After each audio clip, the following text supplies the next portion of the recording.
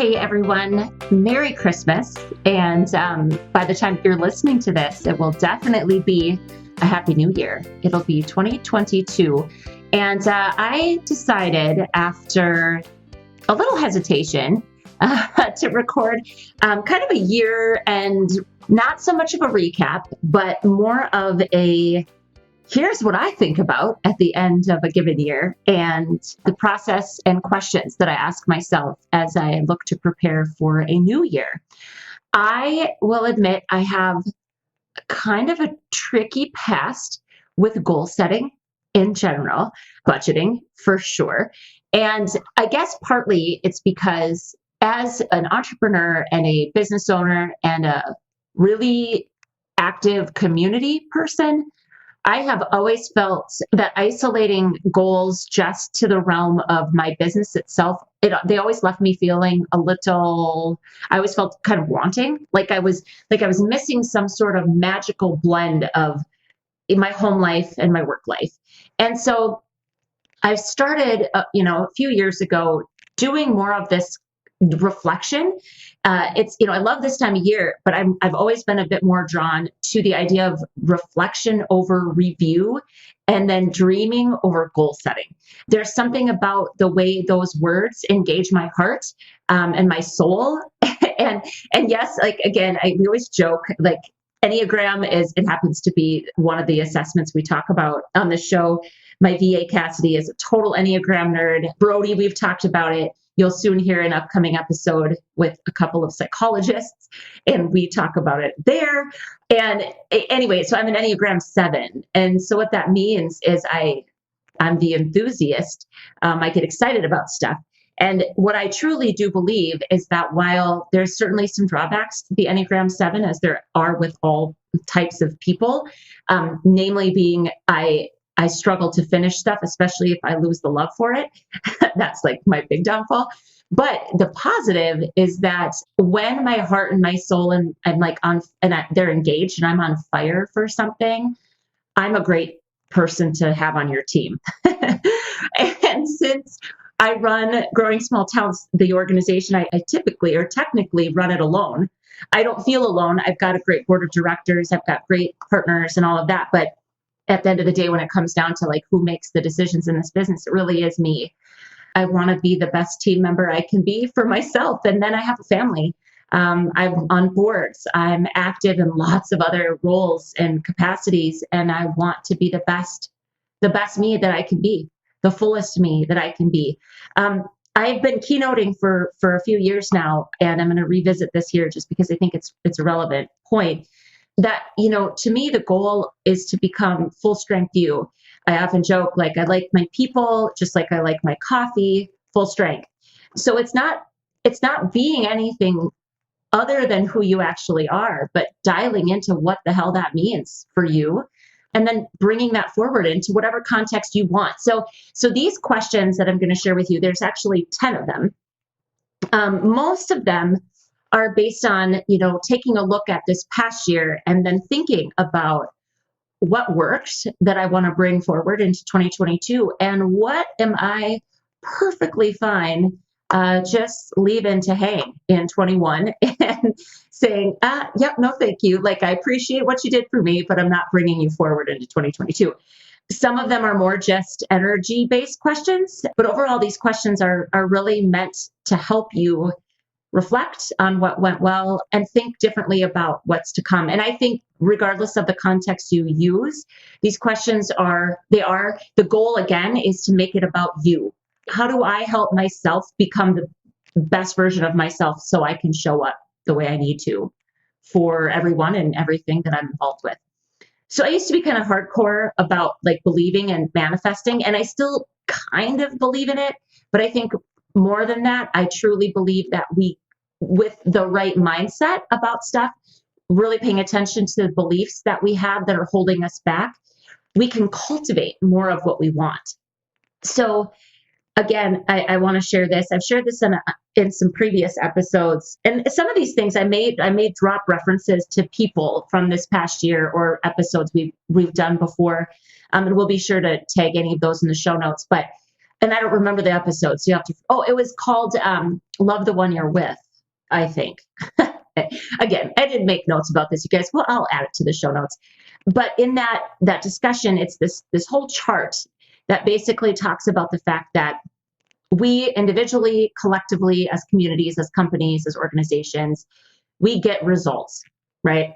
Results tend to be the thing that we look at when we go, okay, our sales numbers are down, or we didn't attract the number of community members we wanted, or I run a coffee shop and I didn't sell enough coffee. So that's a result, right? Sales numbers are a result. Anything that can be measured is a result. So we spend a lot of time thinking about how do we change results? Well, if you back up and you think about the fact that results are driven by actions that we take as human beings, okay? Human beings take actions and then those actions yield results. But it's not enough even just to say, okay, well, what actions should I change? Action is super important, don't get me wrong, but there's another piece of this, and it backs up, and you have to back up again and recognize that your beliefs influence the actions that you'll take. What we believe to be true, what we believe to be false, what we believe to be right, what we believe to be wrong, influences the decisions we make and the choices we make and the actions we take, which again yield results. If you back up one more time, and not even one more time, there's two more times. One step beyond or before beliefs are thoughts and feelings. Okay. We get thoughts. And then the very first thing is something happens to us. Okay. It's experiences, it's events, it's stuff. Stuff happens, and immediately we go, oh, and we have a thought about it. Okay, so about this thing that's happening to me, I think I'm capable, I think I'm not. Then I feel worthy, I feel like I'm not. Get it? And then from there, it starts to actually cement into a belief. Like I'm equipped, or I'm equipped to handle this challenge, or I'm not. And then that belief, again, this is an example, will then influence what you choose to do about that thing. Whether you take like a proactive measure, or whether you hide or you deny it, all of those things. And then those actions yield an eventual result. Now that might sound super simplified, but in a nutshell, that's life. Okay. The thing that we don't get to control is the stuff that happens, the event, the experience, the thing. A lot of times it's another person. And then we think a thing that then makes us feel a thing, that then makes us believe a thing, do a thing, and then get a thing. So I only remind you, us, I just said us, because again, I'm right in the middle of this reflection time as well. I will share my thoughts about these questions for my own life, because I share with you guys, I'm not afraid to do that. Also, just as a kind of an example. But I always need this reminder too, because I will share this. I'm back in therapy, and I'm not ashamed of that in any way, shape, or form. When we find ourselves in the process of either chasing down something really big, or, trying to pursue something, accomplish something, achieve something. And then, like, again, I'm a mom, and I'm a wife, and I'm a daughter. My parents are my next door neighbors, and my dad and my husband work together. My brother lives in town. My kids go to a small school. I go to the church I grew up in. Like if that small little smattering of things isn't enough to make you go, gosh, yeah, I bet there's some challenges with some of that. And it's not because my family sucks. Okay. There's just challenges because loving people is hard. Being a human is hard. So I'm back in therapy to help me develop some strategies, because I really truly believe that sometimes I hit a limit. I practice this stuff. I work really hard at it, and I still need help. I need help. So I want to share with you the thing that my therapist just said to me, and this was maybe this last week. I'm a big feeler, right? And so she says to me, who makes you feel? And I didn't see the trap. I didn't see this. She wasn't trying to trap me, because she's not a bad person. But I didn't answer correctly because I didn't get it. And I'm like, oh, my kids make me feel, they make me feel all, and I like went on this little rant about how wonderful my kids, like the fact that they make me feel the highest of highs and just the shittiest of lows. And she's like, oh, that's so great. I love that your kids make you feel. And she goes, you make yourself feel. And I'm like, oh, of course I do. And I felt so stupid, but I was like, oh, good one. Like, you caught me. And then she reminded me that our thoughts are what create our feelings. And so it really does take an incredible amount of self-awareness and mindfulness to catch those thoughts before they turn into feelings that we actually act upon. So I share that only to remind you that as you listen to these specific questions, again, there's 10 of them, to remember that, like, even though sometimes it feels like there is so little we're in control of, we're always, always, always in control of our response. And so if we really don't like what we're getting, then we can probably make a shift or a change somewhere to get a better result. Honestly. And I believe that that's true, because if it's not, then what? We live in a world that we're just completely sucker punched by every whim and bullshit thing that happens. That doesn't feel very empowering, does it? And by the way, empowering means that we ourselves have the power. And I happen to be a religious person.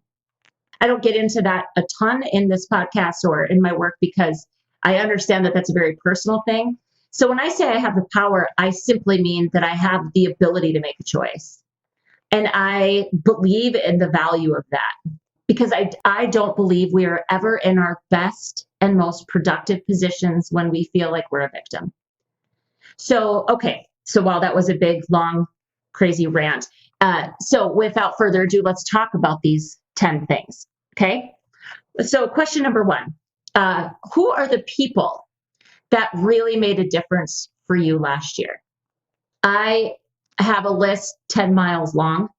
But what I've done to start to kind of analyze this is I actually looked back. Like, obviously there's people that just immediately rise to the surface for all of us. Probably start just making a list. Okay. Write them down. And then I would encourage you to go back. If you're a calendar user like I am, everything goes in my Google Calendar. If you're a physical planner person, that's rad. Do your thing. Go back every month by month, and kind of review where you were, what you did. And it probably will spur additional people that definitely deserve a little note of appreciation. And then again, I really do, I mean it, encourage you to buy a box of thank you cards, blank thank you cards, and handwrite them some notes. When I get handwritten notes in the mail, I am always so touched and so tickled. And I think there is something very powerful about that act for us as well, being the person writing the note. So do that, and commit to sending them all by the first week of the new year. So for you guys, you'll be hearing this on a Monday. It's the 3rd of January today. By the end of this week, and if that's not enough time, give yourself to the end of the 2nd week of January. That's fine, but don't delay. It puts you in a mindset of gratitude. And then maybe this becomes something that instead of at the end of the year, you go back and do it. You decide to do it every month. But let's be real, friends. There is an enormous benefit to taking the time to appreciate verbally and or in a written note. Again, I'll always vote for written notes because I think they're underrated and special. But letting people know how they impacted you, what they meant to you. It's not just a thank you. If you can, try to hit that perfect target of identifying what it is about them that they bring to your life. Make it personal, make it specific. Anytime it's generic and anytime it's just thank you for being my friend, that's great, but it's not enough. Make it specific, make it personal to them. Try to identify a quality that they possess or a personality trait and or characteristic that they possess that makes a difference to you. And if you can articulate how it makes a difference to you, all the better. Okay, that was number 1. Who are the people? Number 2, what were the times from 2021 that made you feel the most yourself? Typically for me, I will answer this for you because this one I've given a lot of thought to. I generally feel the most me when I'm on a stage. And I'll be honest, as a Midwest nice girl, growing up in the don't toot your own horn that was kind of like, that was a major message that I got growing up. I struggled a bit with like, what does that say about me if my favorite place to be is on a stage? But it's not because of me and that all eyes are on me. It's that when you're on a stage, you have a captive audience and they're there to engage with you. And so if I do my job as a speaker, that's what I'm doing. But in mass, I'm connecting with people about ideas. We aren't talking about, who's sleeping with who's cheating on who. Like, it's not gossipy and it's not shallow and it's not, void of meaning. It's like, I get to talk about the things that light me up. And if I'm in the right room with the right people, they're also equally turned on by these kinds of discussions. And that is when, for me, like, time stands still. So as you think about that, I encourage you to think about this would be a follow-up to that is, was it because of what you were doing, who you were doing it with? Was it the place that you were in? Are aesthetics a big deal to you? Because they are to me, actually. I get more inspired in certain places than in others. Was it the actual work that you were doing? What made it feel so good to you? And then, of course, how do you cultivate more of that in 2022? Because, man, I think if there's not one goal to just become more of you and put yourself in the way of doing things that feel the most like you, then what's the actual point, right? Okay, number 3, who are the loved ones in your life that you struggled to fully love this past year? So yes, I said the loved ones in your life that you struggled to fully love. And the reason I ask that is because boundaries are something I am actively working on with my own therapist. And we don't put boundaries in place with people that we don't love. We put them in place with people we do love so that we can more fully love them. I would say that's probably one of the biggest fallacies when you hear the word boundaries. It sounds really ishy. And I would love it if we could figure out a different word, because I don't know, somehow that word has gotten charged, or it feels charged for people. But boundaries are about setting clear expectations and doing that out of love. Because when those boundaries are both set and then met, we can fully embrace and love that other person. It's really important. I shared with you earlier that my husband and my dad work together. I have not been great. We've been back in my hometown now for 12 years. I have not been great about setting boundaries with either of them, my husband or my father, about what I'll discuss with them and what I won't. And again, that sounds harsh, and that sounds, for me, I was like, well, that's so bitchy, like, for lack of a better word. I'm just like, it's so like, oh, I'm not available for those discussions. That just felt not good. But that's just my own crap again. And that's me blending my roles. Like, I can't hold everything from my husband, in particular if it's about my father, because then it makes me feel icky about my father. Vice versa. It's the same. And by the way, my husband and my dad are not like, tearing each other down left and right. It's just challenges, right? Challenges they have at work. And when they happen to be about each other, it always makes me feel like I'm in the middle of it, right? So boundaries are a way that I can set them. And then if I continue to make sure they're met, both whether it's through reinforcement with the person. And by the way, boundaries don't have to be said out loud to the other person for them to work. It can be something you set in your own mind. So I've shared this before usually with women, because women, I feel like women, we struggle with this more than anybody. maybe that's a stereotype. I don't know. I feel like more women in my world struggle with doing this than men do. You can set a boundary of time. So you can tell yourself, okay, I'm only going to spend a half an hour with this person because I love them and I want them in my life, but I can't. When too much time goes by, I start to feel really drained, and then I start to dislike being with them. Like in-laws, maybe. Again, I don't feel that way about my father-in-law at all, but I'm giving examples. You can have boundaries of topic.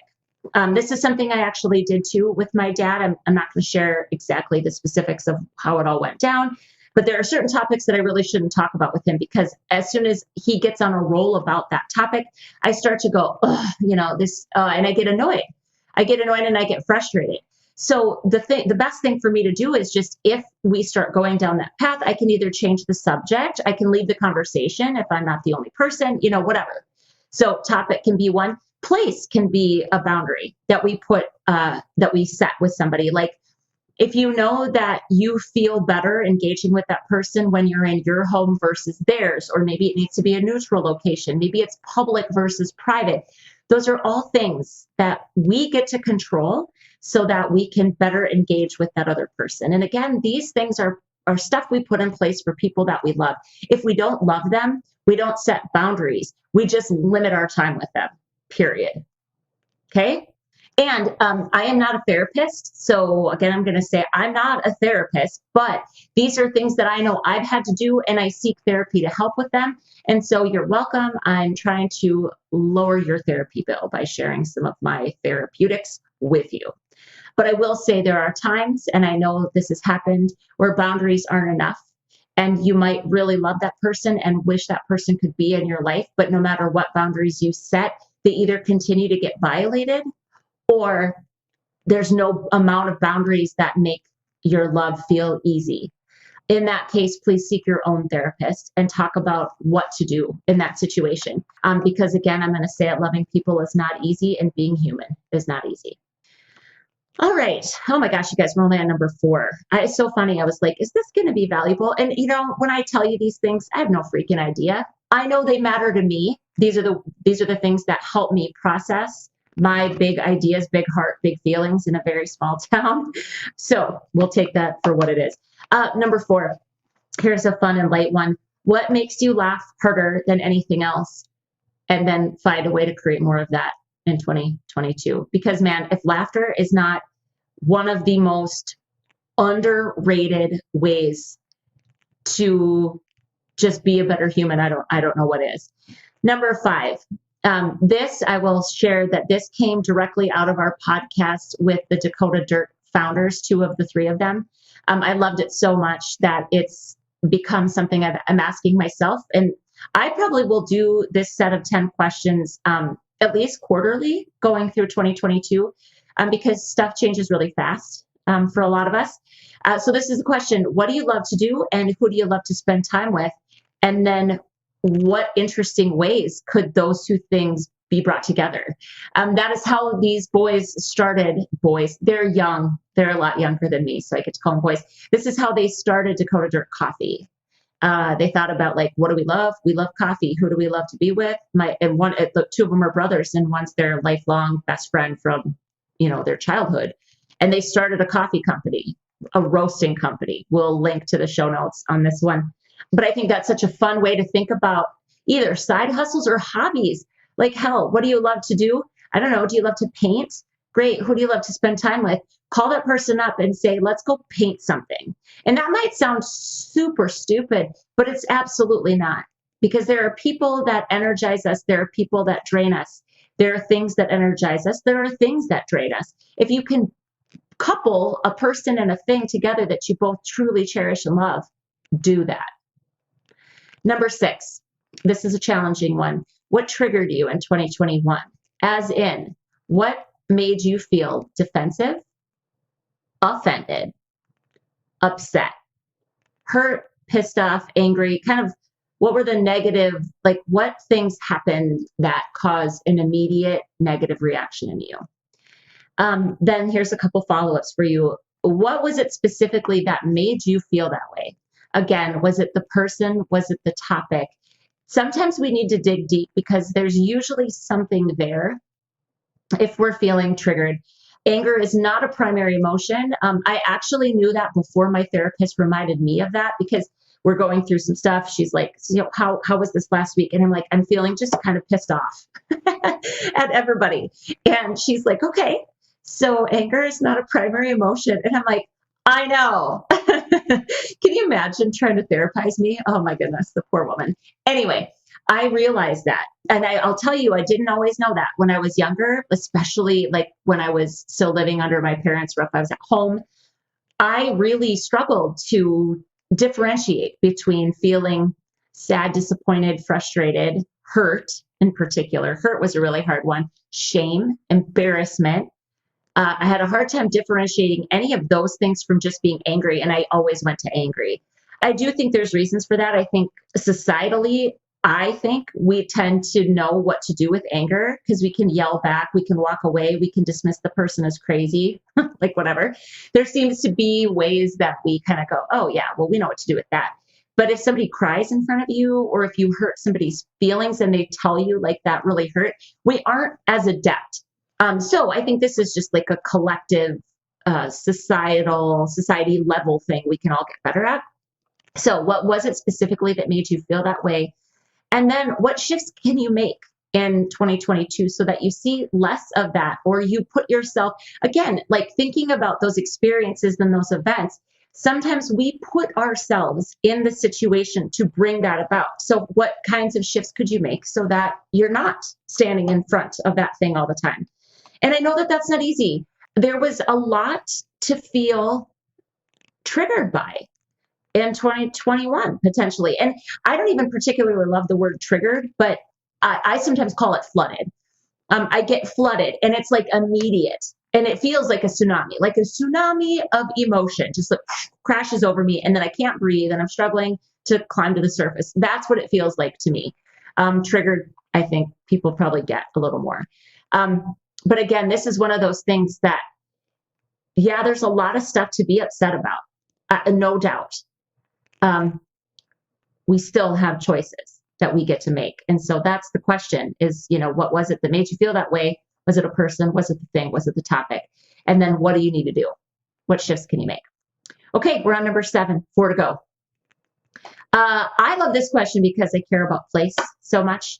What do you truly love about the place where you live? Now, here again, it could be if context of what you really do this kind of reflection about isn't so much just home life or your community like it is for me. Maybe it's your workplace. Like, what do you truly love about that place? And what can you do in 2022 to fall even more in love with your place? I will tell you this, the genesis of this question came directly from our most recent episode with Winona and Tim from Roll Call. They are 2 of my favorite new humans of 2021. People came into my life this year that just have expanded so much. That's also why I'm in therapy. It's like I feel sometimes like I'm outgrowing myself, which sounds really dumb, but it's like I just took 10 years of growth and just slammed it into 1 year. And it's a lot to process. And then it feels like I don't belong anywhere. And that's tricky. That was a side note you guys did not need. They asked the question, or they talked about the fact that loving your place, loving your community is an action that you have to take daily. So thinking about the process of actively falling in love with your community or your place, what does that look like for you? Because I do think it's important, especially for those of us that are in any sort of community work or development kind of work.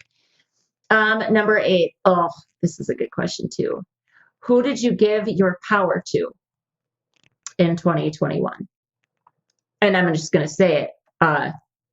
Your power belongs in your hands. I know I've shared this before, but it's been a really long time, so I'm going to revisit this. But I was in a yoga class, probably like 4 years ago or better now. And we were doing a guided meditation at the end.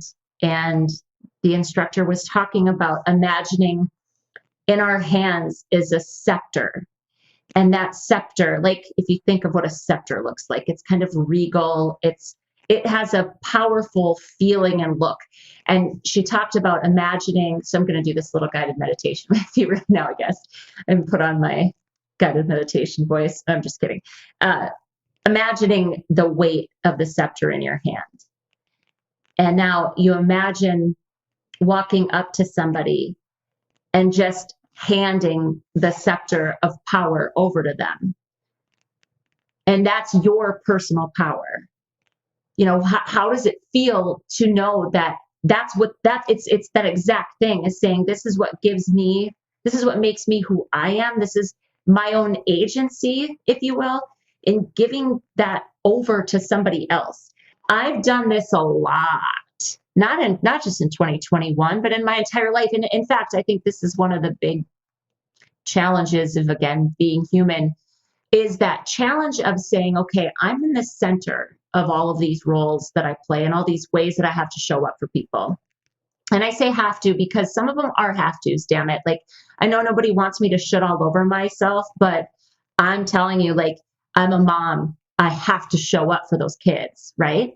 And I'm not saying that's a problem. I'm just saying it's true.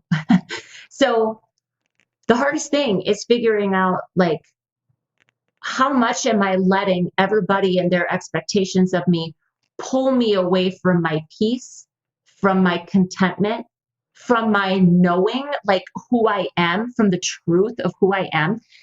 And that's hard, man, that's hard. But that's what I would suggest is your power.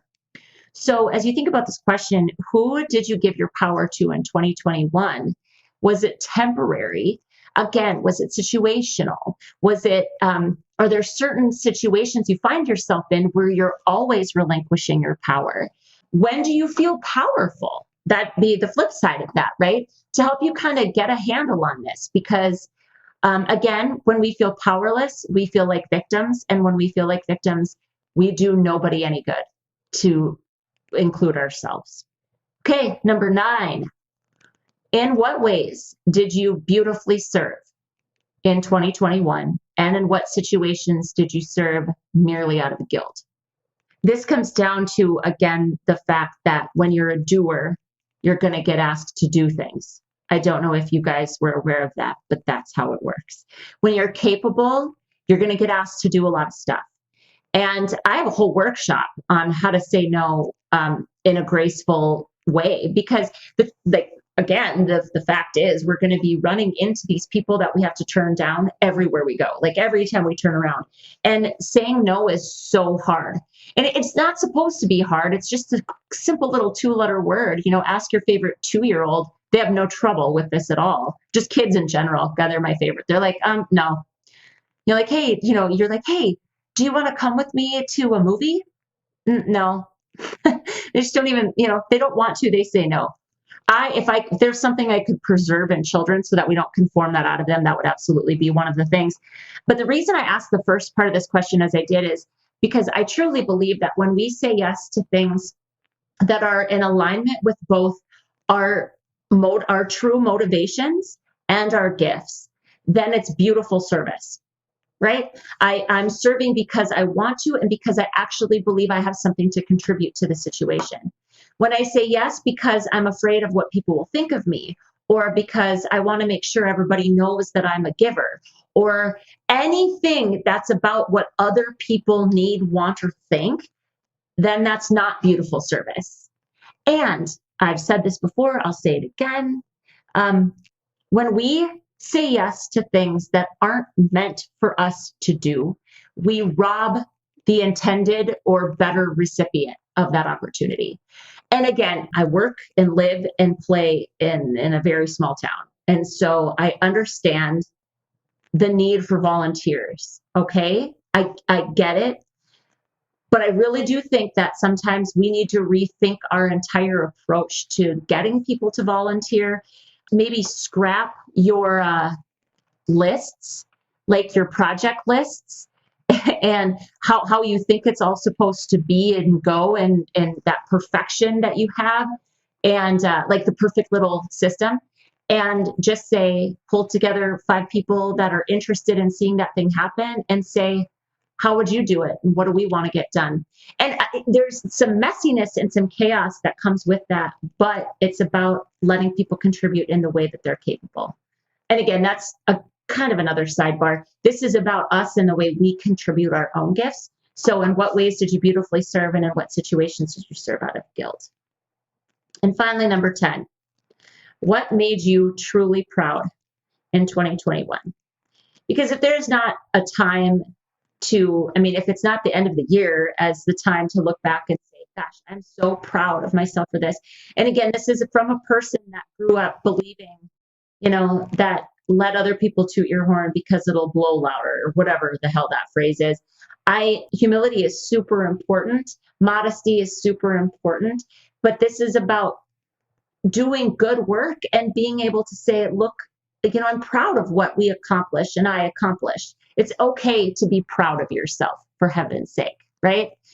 And then as you think about all of these things, thinking about what truly made you proud, thinking about where you look beautifully served, it gives us an opportunity to kind of reset priorities for the coming year. And if the entire year is too much, take it a quarter at a time. I do much better with short bursts anyway. And I think partly that's because I believe in the value of iteration. I believe in the value of trying something. And if it sucks and doesn't work, you scrap it and try something new, or you tweak it so that it works better. I just, not that a year-long plan or 3 and 5 year plans aren't valuable. I don't feel that way at all. But I just think that stuff changes really fast. And if we hold really tight to a year-long plan because it's what we said we were going to do, and we're not taking a whole set of external circumstances into account, then we're seriously missing an opportunity to change with what's going on around us and in a beneficial way. So, friends, that's what I am thinking about as we come to the end. And again, you're hearing this and we're already into 2022. I'm recording this the week prior. I've been thinking about these things a lot. There's one quote that I want to share with you that I came across in reviewing some materials from a conference I was at earlier this year. And there's probably a number of ways you can take this, but I'm going to share my take on it. So this quote is from Mark Twain. And he says, "The man who does not read has no advantage over the man who cannot read." And so again, you can clearly hear what he's saying, that the inability to do something, does not put you at any more of a disadvantage over someone who has the ability and chooses not to use it, right? So one of my takeaways and applications of that quote is this idea of having God-given gifts and talents. Being capable of doing something means nothing if you're not willing to use it.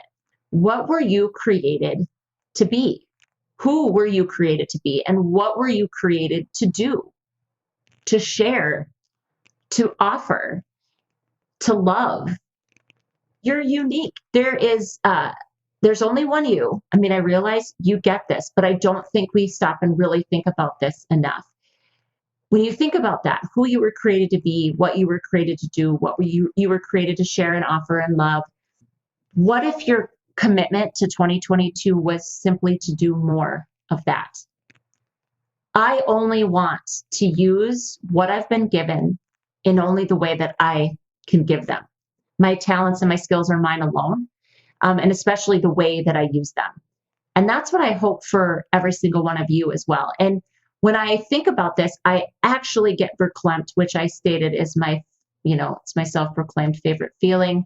I get a little lump in my throat when I think about the impact in a town like mine, 1,800 people. If more of us were showing up fully as ourselves, giving what we've been given to give, and in the way that only we can give them. I imagine just a bunch of bright lights turning on. And that's what I call being turned on to who we are, to what we can give. And that's what I hope. That's what I hope for me. And that's what I hope for my family. That's what I hope for my community. That's certainly what I hope for you. And so with that, I wish you the very best as we start this new year together. I want to, of course, extend my deep gratitude.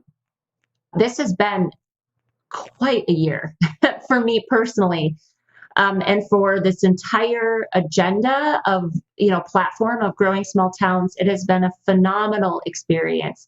And I cherish every single note, every single direct message, every single Instagram message that I get about this podcast and about the work. I cherish every single bit of feedback that I get from you.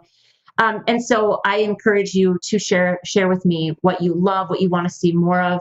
If you know somebody I should talk to, if you know, I just believe that we're this rich, amazing network, and I truly believe that after this year. So if you know those people and you think I should know them, I trust you, and I take that seriously. And some of my favorite people have been from that question. So don't hesitate, reach out, let us know who we should talk to, who you would love to hear on this show. And with that, I will just again remind you that you are uniquely and wonderfully made. And only you can give the things that you have. And I hope that you will find a million ways to bless the world with your beautiful gifts in 2022. We'll talk soon, friends.